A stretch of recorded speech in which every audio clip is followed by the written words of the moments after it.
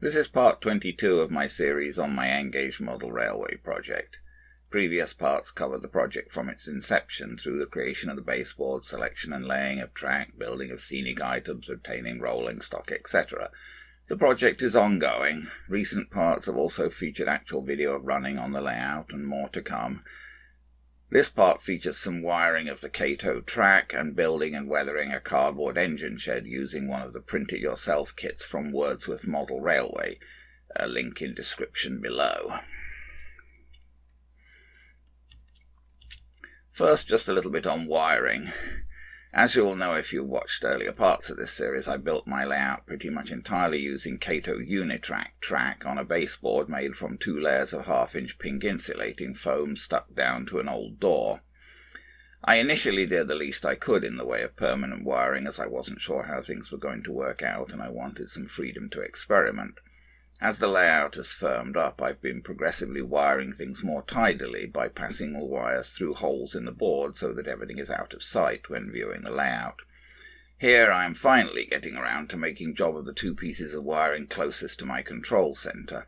These got left until late since they were very close, and just running the wires over the edge of the board worked without a great deal of ugliness. But still, the wires were running under the outer track and stopping it from lying neatly.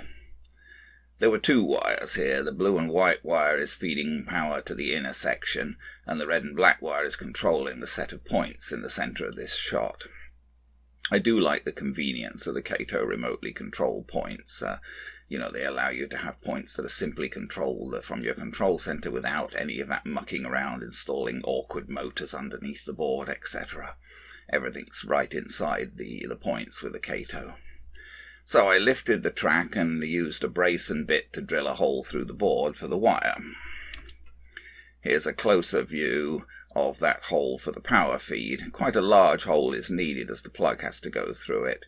For me, making a larger hole is an easier way to go rather than messing around taking the plug off and then having to put it back on again. Here I've lifted the points to pass their control wire through the board. Now that both wires are through their holes, I'm ready to put the track back in place and test that everything works okay. The point, the way you see it here, is that's the whole thing with the Kato. There's no separate motor. The motor, the solenoid that flips the point is built right into it there in the the little track bed. So all you've got to do once you put that down, it's ready to go. You can also see at the bottom of these pictures that I've made a plywood shelf for all my controllers now to keep things a bit more tidy. I was just standing them on boxes initially. Well, they're still stood on boxes, but I've got a plywood shelf on top of the boxes. The next thing I did was to add another engine shed for the one remaining parking track off my Kato motorized turntable that still didn't have a shed. I decided to try to build a shed using one of the print-it-yourself kits available on the internet. I've browsed around quite a bit looking at these, and it seems to me that by far the best available are those from Wordsworth Model Railway, and I'll put a link to Wordsworth Model Railway in the description below this video.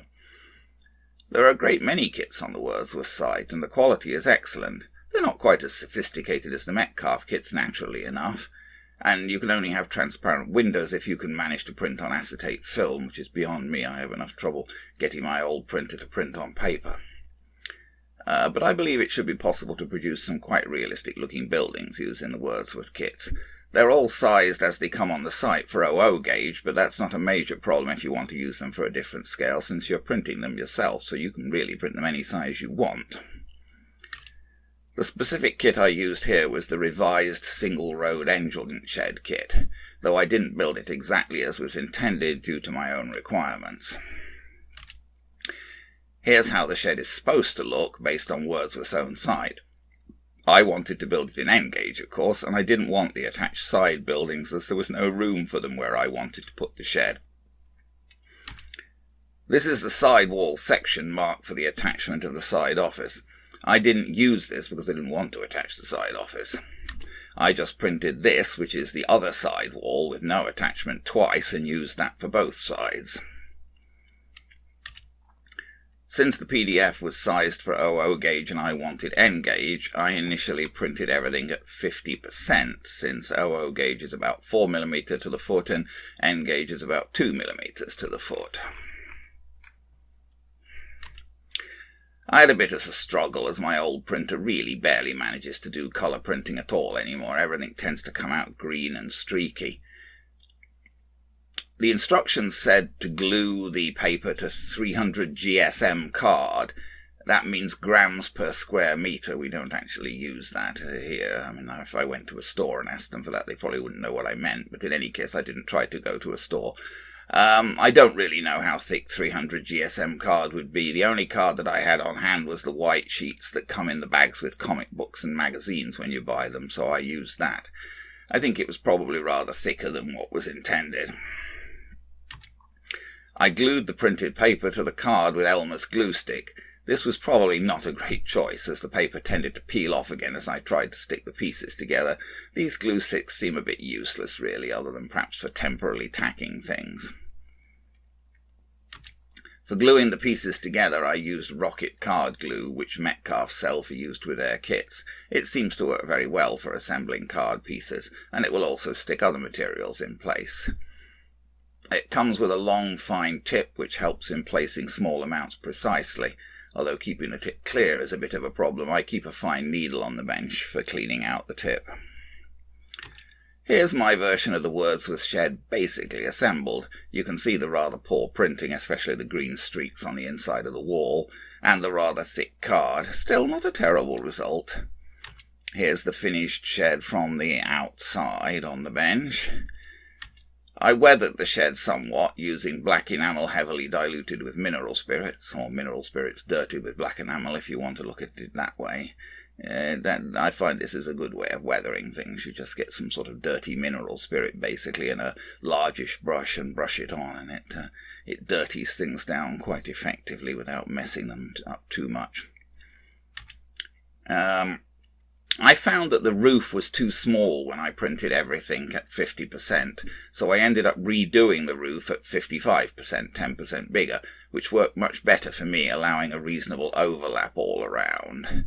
You can see the original 50% roof on top here, and you can see how it would have been a bit small for the building, perhaps partially because of the thicker card, but also I think it was probably intended not to overlap much, and I wanted it to overlap more. And the revised 55% version of the roof is underneath, fitted to the shed. And here's the shed in place on the layout, next to a shed built from plastic. And here's a final view with the Graham Farish Midland 4F tender engine just going into the Wordsworth shed. If I had a better colour printer, I'd probably try working more with some of the Wordsworth downloads. They're certainly worth checking out if you can manage a decent job of colour printing and don't mind careful detailed work with card and knife. So, thank you very much, Wordsworth Model Railway.